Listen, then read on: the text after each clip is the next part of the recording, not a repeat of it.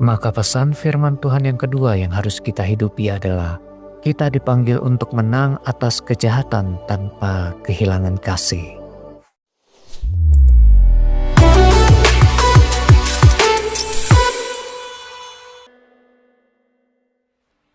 Shalom, selamat pagi saudaraku yang dikasihi Tuhan Yesus Kristus. Puji Tuhan, kita berjumpa kembali dalam renungan pagi dan doa pemulihan hari ini. Saya percaya saudara dalam keadaan yang baik, sehat, penuh sukacita dan penuh dengan damai sejahtera Allah.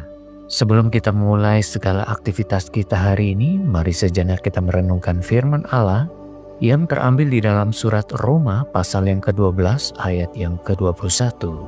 Demikian bunyi firman Tuhan, "Janganlah kamu kalah terhadap kejahatan, tetapi kalahkanlah kejahatan dengan kebaikan."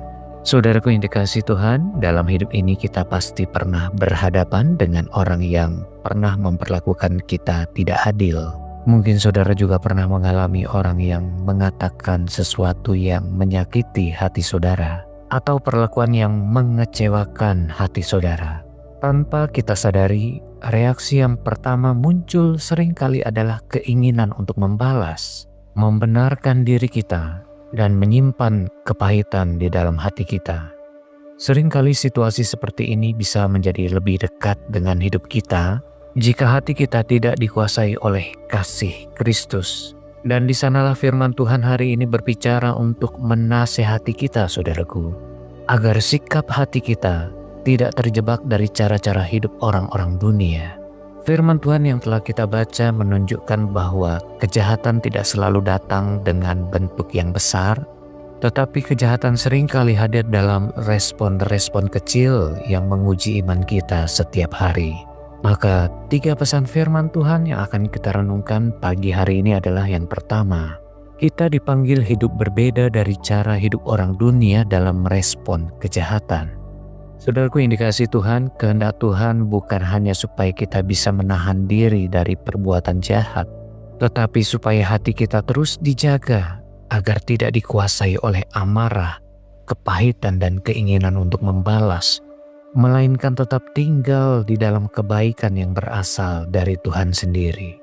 Saudaraku, Tuhan tidak hanya melihat apa yang kita lakukan, tetapi juga Ia memperhatikan sikap hati kita ketika kita disakiti dan tidak diperlakukan secara adil oleh orang lain. Tuhan rindu hidup kita berbeda dari cara hidup orang dunia.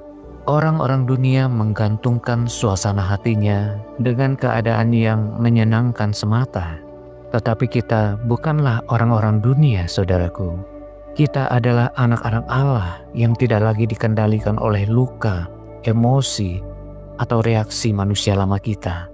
Hidup kita yang sekarang ini adalah hidup yang dikuasai oleh kasih Tuhan. Di tengah keadaan sulit sekalipun, saudaraku, Tuhan memanggil kita untuk tetap mencerminkan karakter kasih-Nya kepada sesama kita. Ini artinya kemenangan yang sejati menurut Tuhan, bukanlah ketika kita berhasil membalas kejahatan dengan kejahatan, melainkan kita mampu menundukkan keinginan daging dan memilih kebaikan sebagai respon iman kita kepada Kristus. Inilah kemenangan yang sejati, saudaraku, ketika hati kita tetap bersih dari segala kejahatan.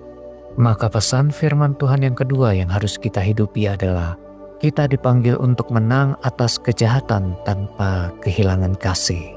Ketika kita membalas kejahatan dengan cara yang sama, tanpa sadar kita sedang memberi ruang bagi kepahitan, amarah, dan dosa untuk menguasai hati kita, yang akhirnya kita kehilangan kasih.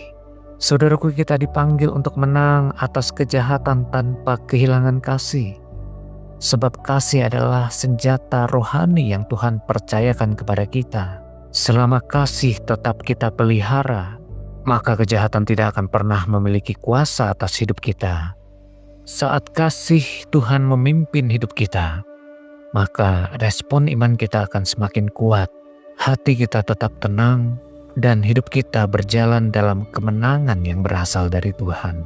Dan pesan firman Tuhan yang terakhir yang harus kita renungkan pagi hari ini adalah, jadikan untuk memilih kebaikan adalah keputusan iman kita setiap hari.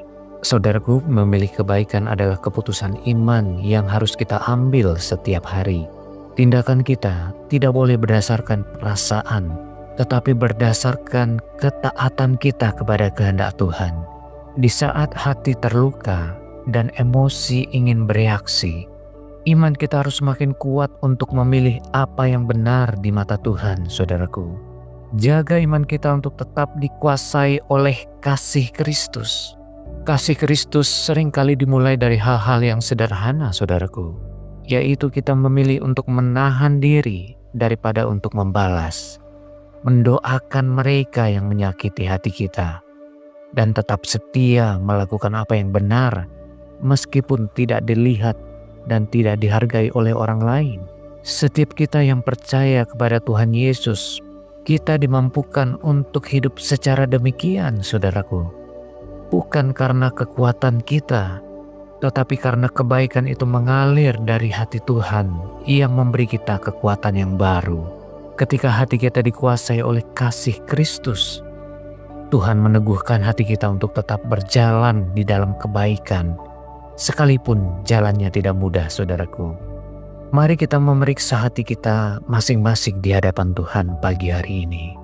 Apakah kita masih menyimpan luka lama, amarah, dan kepahitan yang selama ini kita simpan? Pagi hari ini, Tuhan mengundang kita untuk mengambil keputusan iman. Mari kita berubah, dan mulai saat ini, berikan hati kita untuk dikuasai oleh kasih Kristus yang bebas dari kepahitan, amarah, kebencian, dan sakit hati.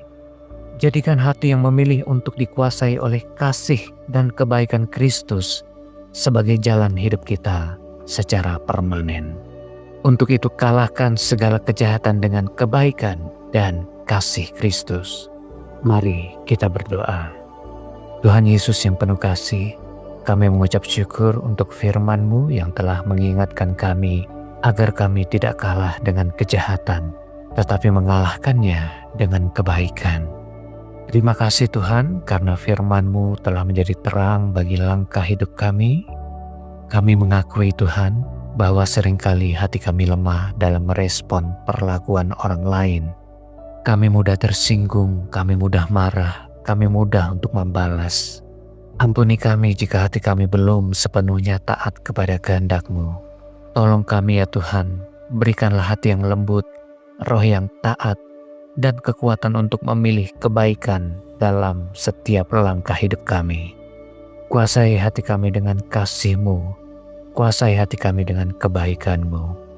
Mampukan kami menjalani hari ini dengan sikap yang berkenan di hadapan-Mu, dalam perkataan, dalam tindakan, dan dalam keputusan kami. Biarlah ada nilai-nilai Kristus yang tercermin dalam hidup kami. Tuhan, kami menyerahkan seluruh aktivitas hari ini ke dalam Tangan-Mu. Kami serahkan keluarga kami, pekerjaan kami, pelayanan kami, dan seluruh hidup kami serahkan ke dalam Tangan-Mu. Pulihkan hati yang lelah, kuatkan iman yang lemah, dan penuhi hidup kami dengan damai sejahtera-Mu. Yang berbeban berat, Tuhan berikan jalan keluar. Mari Tuhan, Engkau terus memberkati setiap kami. Kami mau terus membawa hidup kami untuk terus bersandar kepada Engkau, Allah kami satu-satunya. Di dalam nama Tuhan Yesus Kristus, kami berdoa dan mengucap syukur kepada-Mu Bapa. Haleluya. Amin. Puji Tuhan saudaraku, saya percaya saudara diberkati dan semakin dikuatkan oleh firman Tuhan hari ini. Sampai jumpa kembali di pertemuan berikutnya. Selamat beraktivitas, Tuhan Yesus memberkati saudara semua.